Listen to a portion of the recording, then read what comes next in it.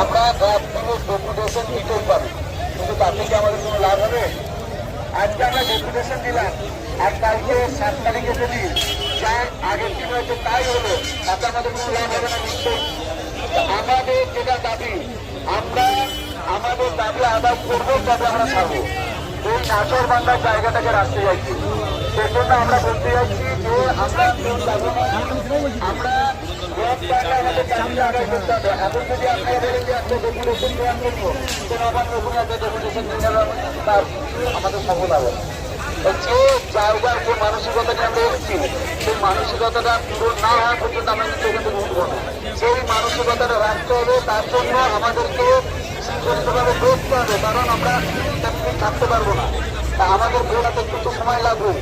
আমাদের যে রাস্তায় আমরা যে জায়গায় ঘুরতে গেছিলাম, যে জায়গায় অবস্থান করতে গেছিলাম, আমরা করছি। আমরা ওখানে থাকবো এবং যতক্ষণ পর্যন্ত না আমাদের কাজ সম্পন্ন হয়, আমরা কিন্তু সেই মানসিকতা নিয়ে থাকবো। এটা কিন্তু আমাদের আমরা ভাবি যে আমরা ভাবি, কিন্তু আমাদের হবে না। মানে এই লড়াইটা একটু সমস্যার জায়গায় আমরা আছি। মানে এত তাড়াতাড়ি আমরা এত সবাই